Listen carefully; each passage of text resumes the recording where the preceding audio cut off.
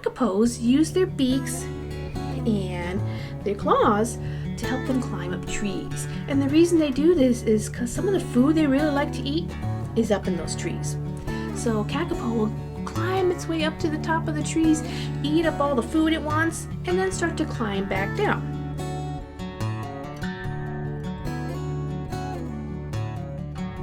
Hi everyone! Welcome to Nature Explorers. My name is Darcy and I'm here from the Danbury Public Library. Today we're going to talk about a very unusual animal. It's the world's largest parrot, but it's also the world's only flightless parrot. It's called a kakapo. Look at this guy here, isn't he cute? Kakapo is Maori for night parrot because these guys are nocturnal. They like to come out and be active at night. They're also sometimes called owl parrots because they have all those feathers around their eyes there that are kind of flat. It kind of looks like an owl's face, doesn't it? Yeah, a little bit. These guys are native to New Zealand and they are ground-dwelling parrots, which means they like to stay on the ground for the most part. They're also the world's heaviest parrot, which is part of the reason why they can't fly. Adult kakapos can reach 23 to 25 inches in length, so we're talking about 2 feet a bird here, and they can go between 2 to 9 pounds in weight, with the males being larger than the females. These guys are also the largest parrots on Earth. In fact, they weigh 14 ounces more than the largest flying parrot, the hyacinth macaw. So this is a big, heavy bird. Like many birds that evolved on isolated islands with very few predators and lots of food around, the kakapo gained a very large body, and it has the ability to pack on a lot of weight. So we can eat lots and lots of food and get nice and chubby. And most birds can't do this. They have such a quick metabolism that if they eat lots and lots of food, well, they just burn it off right away. The kakapo doesn't do that. But because of this ability to pack on all this weight and this large size, it has tiny little wings. In fact, the wing muscles aren't very developed. They're very small for its body size. So this guy really he can't fly. He's got little tiny wings. Nope, can't get off the ground. But what they also have is a diminished keel. So a keel is a part of a bone that kind of sticks out on the chest part of birds. Here's a picture of here. And it's that big, long, flat kind of bone that sticks out. So just as animals like our bear here, who has this large sagittal crest right up here, well, this means that he has powerful jaw muscles because the muscles will attach to this crest right here down to his jaw, and it gives him lots of big muscles to bite, really strong bites. Well, birds that are good flyers have a very large keel so that their wing muscles can attach to their keel, and it gives them lots of power to fly. So animals that are great flyers, like the big eagles and hawks, they have nice large keels to power those massive, powerful wings. But our kakapo here, he doesn't have that. He has a keel, but it's a very small keel. And in fact, most flightless birds have very small keels. So things like penguins, the dodos, certain doves, they all have very tiny keels. And in fact, some flightless birds, like ostriches, have lost their keel completely because they don't need it. But kakapo do use their wings. They use them to help them balance when they're running. But they also use them to help break their fall when they're leaping from trees. So wait a minute. So I just said this bird can't fly, right? Yeah, he can't get off the ground. But somehow he's in a tree. How did that happen? Well, kakapos use their beaks and their claws to help them climb up trees. And the reason they do this is because some of the food they really like to eat is up in those trees. So kakapo will climb its way up to the top of the trees, eat up all the food it wants, and then start to climb back down. And after a while, it might decide, I'm close enough to the ground. So it leaps off and then uses its wings to kind of break its fall. Slow its descent a little tiny bit, kind of like a parachute. And boop, it lands on the ground and then continues on its way. Kakapo have very strong legs. They move in a weird jog-like kind of hopping motion. It lets them move easily around and go for long distance up to 5 miles per hour. That doesn't sound very fast, huh? But it's a pretty good gait when you're only about 2 feet tall. When kakapos want to interact with other kakapos, what they'll do is the male, he'll go ahead and he'll make a nest that's kind of like a big bowl in the ground.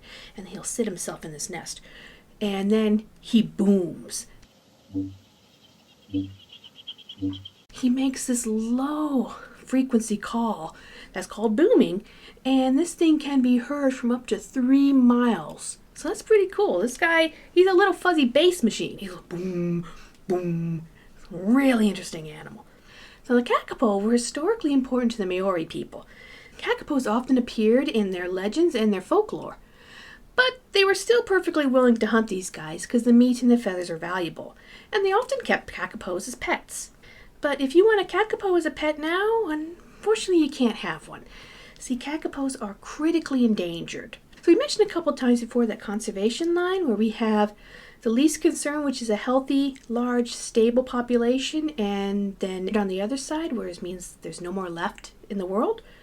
At this moment, there are only 213 kakapos alive on the world. That's not a lot. I guarantee you there are a lot more kids in your school than there are kakapos in the whole entire world. Thing is, this is the highest the population has been in over 70 years. All of these kakapos that are left, they're all individually named and they're tagged so that they can be monitored and tracked. They've also been moved onto 4 islands that are cut off from everyone else. You can't go visit these islands. And these islands have all been removed of predators. So there's nothing there that can attack these kakapos because we're trying very hard to get these little animals to survive and not go extinct. Predators like easy meat. And kakapos, they're easy meat.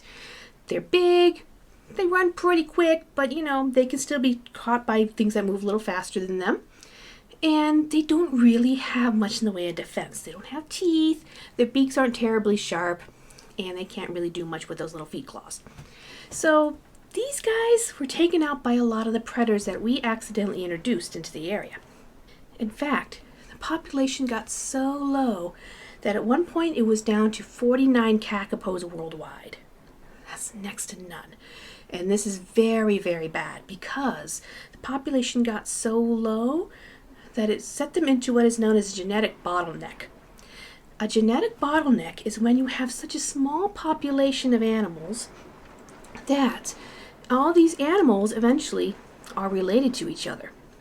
So why is this a bad thing? Well, because nature really thrives on diversity. We need a wide variety within a species, members that aren't closely related to each other, so that when they have babies, they have strong genes.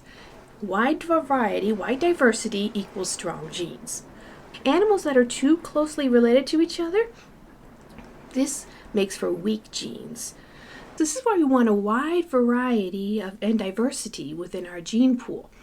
Because if we have a nice, wide, diverse variety of genes running around, if a virus comes along and it managed to attack some weakness in certain types of genes, it's not going to take out the whole population. It's going to take out a small section, and that's not good. But the majority of the population will still be able to survive. If we have genetic makeup in a population that is too similar or almost exactly the same, if that virus comes along and it can attack and take advantage of a weakness that's in that gene pool, the whole population's gone. So, a genetic bottleneck, like what happened with these kakapos, is not good. So they have to monitor these kakapos very heavily until we get a large enough population again that they can start intermixing and getting a wide variety within the gene pool. The thing is, we noticed that these guys were getting small in population for quite a while. Victorians were aware of this, but their way of dealing with it was a little bit odd.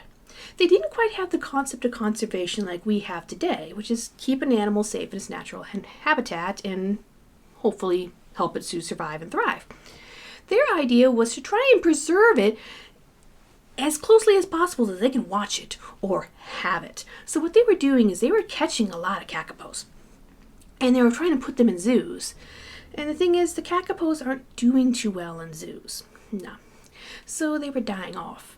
So instead they got this crazy idea that goes, we don't have many specimens of dodos left. There's only a couple left.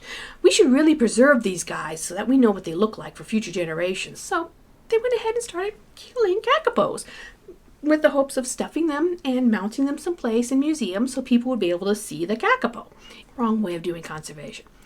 In fact, it wasn't until the 1980s when people actually started to try and actively conserve the kakapo. But even then, it wasn't until 1995, when the Kakapo recovery program in New Zealand took off, that the numbers actually started to increase. So if you're interested in learning more about the kakapo and New Zealand's attempts to bring these animals back and keep them all nice and safe, you can go to this address below. It's www.doc.gov/r-work/kakapo-recovery. And they have all the information of what they're doing. They have information about all the different kakapos. It's really pretty cool. And hopefully the numbers will continue to go up, so these little animals won't disappear off the face of the earth completely. So last time we met, we talked about homeotherms. These are animals that maintain a constant internal core temperature no matter what environment they're in. Most animals are homeotherms. We're homeotherms. It means that our body only works within a certain temperature amount.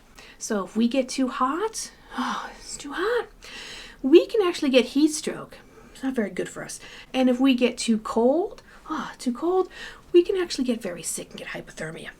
So we have to stay within a very limited range of optimal temperature within our bodies to make sure that we don't overheat or freeze.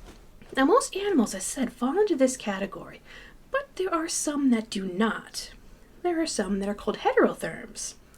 Heterotherms are animals who, for the most part, maintain a constant internal core temperature, but under certain conditions that can actually change. Examples of heterotherms include bears, ground squirrels, snakes, and bats. And one thing they can do is they can actually lower their internal temperature, dropping it down significantly. But it's not just their body temperature that lowers. Their breathing rate can lower, and their heart rate lowers. So everything drops, and this causes their metabolism. The intake of food, digestion, and having to go to the bathroom, all that slows way down as well. So it's almost like the animal just kind of goes into a sort of suspended animation. They're not moving very much, they're not breathing very much, their heart's not beating much, and they're not eating anything. They're just kind of... This allows these animals to go for very long periods of time using small amounts of energy. And this is good for them because in the winter that's coming, these guys can actually sleep a good chunk of that winter away without having to worry about a loss of food. They can't go to the grocery store or DoorDash when they want food. They have to actually go out and find it. And a lot of their food in the winter is just not around. So being able to slow their whole body and their metabolism way down so that they don't consume much food at all is really good for them during the winter months. There's an animal that we usually associate with doing this, and that is bears. So we have, for instance, our little black bears that we have here in Connecticut, all the way to our big grizzlies and Kodiaks, which this guy is here. Even polar bears actually sleep for a while, and we say that they hibernate. But the thing is, they actually don't hibernate. They go into what's known as torpor. Torpor is when an animal lowers its temperature, its breathing, its heart rate, and other bodily functions down very, very low. But it can, when necessary, wake back up and function as normal and then go back in torpor. So for bears, for instance, these guys reach a near hibernation stage. But if there's danger nearby, if they hear some kind of weird sounds or something's getting into their den, they can actually wake up from this and be aggressive and scare whatever it is out of their den, and then curl back up and go back into the torpor sleep. In order to do this, bears bulk up. So around this time of year, we're getting towards the end of it now because we're getting into December. So our bears are getting ready to go into their dens. But for a couple months leading up to this, these guys have been snacking on everything they can get. Any food they can find. And the reason being is that they want to get all those calories into their body so they can get nice and big. Bears, when they're about to go into the dens, they're big, huge, fluffy, and kind of squishy looking because they're full of fat. And they're going to live off that fat the whole time during the winter when they're in this torpor stage. Bears enter their dens around this time of year, all nice and big and cuddly looking with that fat. And then when they leave their dens in the spring, they're very skinny. They're kind of scrawny looking, and they're very hungry. So they're going to eat everything they can to try and get the bulk back up. Because between going into their den and leaving it in the spring, all that fat was consumed by their metabolism eating away at it. During the time when they're in this torpor stage, they're sleeping, bears will not eat, drink, or even go to the bathroom. In fact, they can sleep for over 100 days, 3 months, without needing to eat, drink, or to pass waste. So that's amazing. Can you imagine sleeping for 3 months straight and not having to get up to get something to eat? I can't do that. I don't know. Can you do that? I don't think so. They also have this amazing ability to turn their pee into a reusable resource. So if bears and they're sleeping and their bladder's getting a little bit full and the proteins in their body are getting a little low, the bear can actually turn the urine back through his body and reuse it to build protein, which is what the body needs in order to keep running. So that's really amazing. But the thing is, true hibernation is even more drastic. Animals that go through true hibernation, like bats, ground squirrels, and snakes, they can lower their heart rate and body temperature down to extreme levels. So for instance, you got a little chipmunk here. He's not very big. And this chipmunk, well, his normal heart rate is 350 beats per minute. That's really fast. But when he's hibernating, he can lower that heartbeat down to 4 beats per minute. That's amazingly low. Can we do that?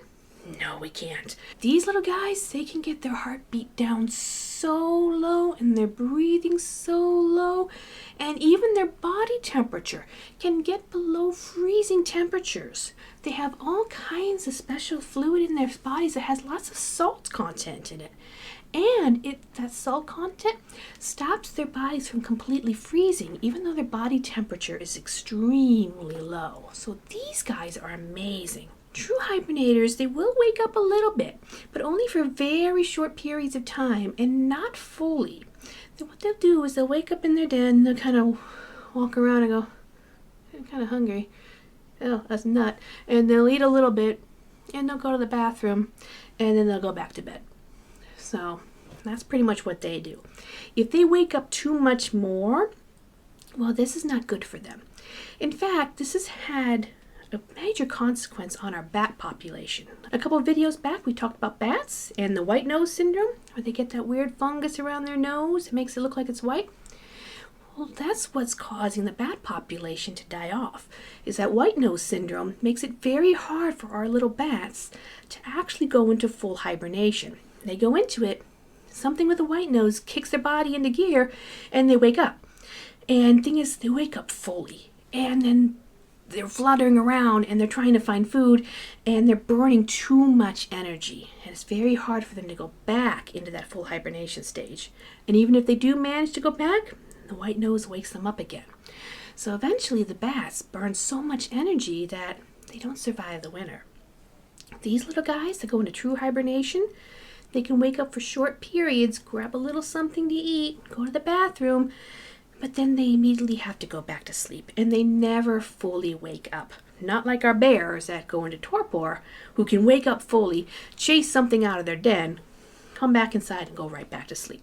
These little guys don't have that ability. So, why do some animals go into the torpor stage and then some go into full true hibernation? Well, it really depends on the size of the animal.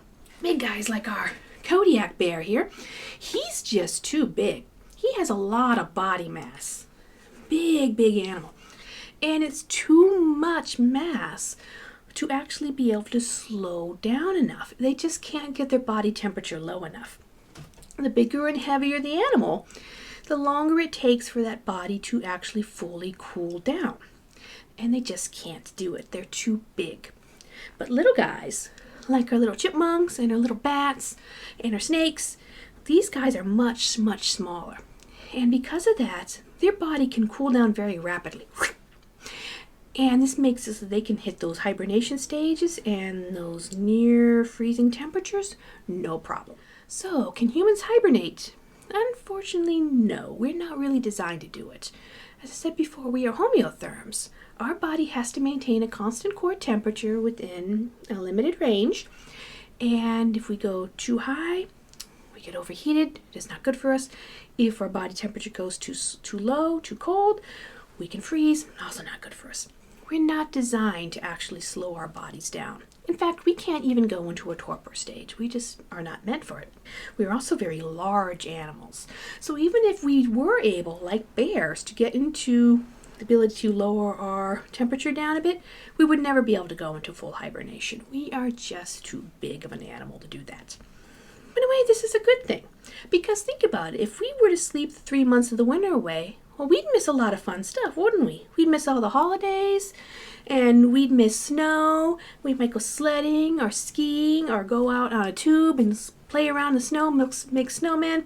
We wouldn't be able to do any of that. We'd be curled up in our beds, waiting for the winter to go away and not aware that any of this is happening. So we got a pretty good deal when you think about it. So I hope you enjoyed learning about the Kakapo and about hibernation versus torpor.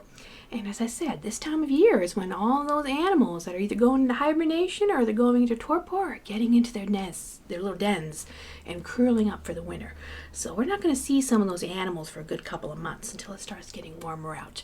But our gray squirrels, remember we talked about them last time? We're going to still see them running around. In fact, I think next week we'll talk about some things we can do to help our little gray squirrels to have a nice winter where they can still stay nice and fluffy and full of fat, so they'll survive. In the meantime, if you have a question about nature that you're curious about, what you can do is you can email me your question at dsowers@danburylibrary.org, and I will answer in a future video.